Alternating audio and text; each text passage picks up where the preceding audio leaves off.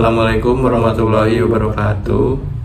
Izin memperkenalkan diri, nama saya Irfan Mahyudin dengan NIM 0211222147. Perkenalkan, nama saya Ahmad Mihbudin dengan NIM 0211222130. Di video kali ini kami akan membahas dampak positif dan dampak negatif dari pertanian modern di negara maju dengan tingkat perkembangan yang berbeda, di mana negara yang kami ambil yaitu negara Italia sebagai negara maju, negara Sudan sebagai negara berkembang, dan Timor Leste sebagai negara yang tertinggal.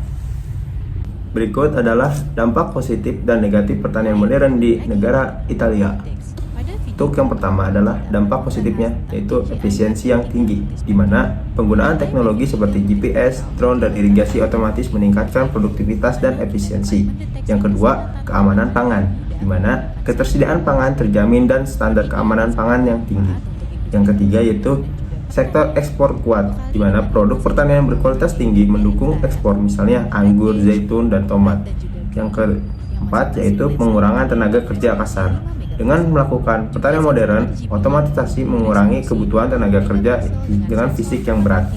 Kemudian dampak negatif dari pertanian modern yaitu pengangguran di pedesaan. Otomatisasi mengurangi kebutuhan tenaga kerja tradisional. Yang ketiga yaitu ketergantungan pada teknologi dengan biaya yang tinggi dan ketergantungan pada perusahaan teknologi yang besar. Kemudian dampak lingkungan, di mana penggunaan pestisida dan pupuk kimia bisa mencemari tanah dan air.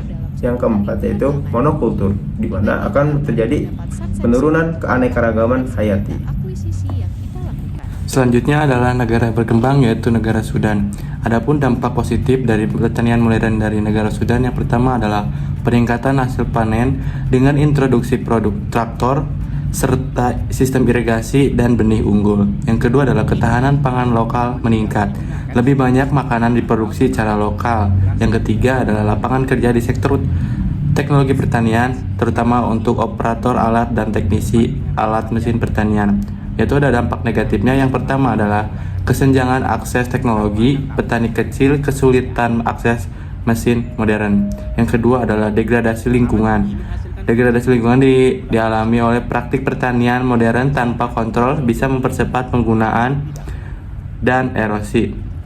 Yang ketiga adalah ketergantungan impor. Alat dan teknologi sering berasal dari luar negeri, meningkatkan beban ekonomi. Yang selanjutnya adalah konflik lahan. Perluasan lahan pertanian bisa memicu konflik dengan komunitas lokal atau pastoral.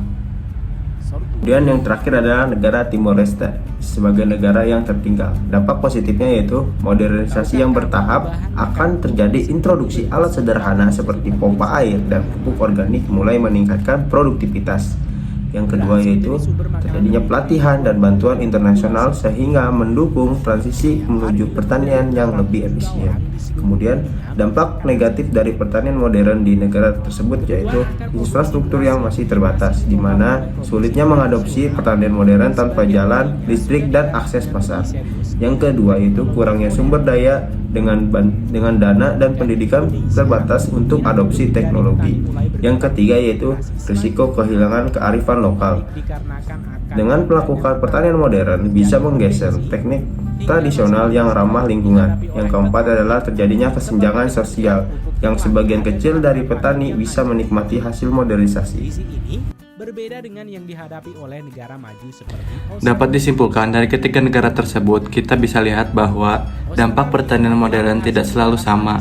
Di negara maju seperti Italia, teknologi sangat membantu efisiensi, tapi juga menimbulkan tantangan sosial dan lingkungan. Di negara berkembang seperti Sudan, pertanian modern bisa meningkatkan hasil, tapi distribusi teknologi masih menjadi masalah. Dan di negara tertinggal seperti Timor Leste, modernisasi baru mulai dirasakan dan perlu banyak dukungan agar manfaatnya bisa lebih merata. Jadi, penerapan pertanian modern perlu diperhatikan dari sisi sosial, ekonomi, dan lingkungan agar adil dan berkelanjutan.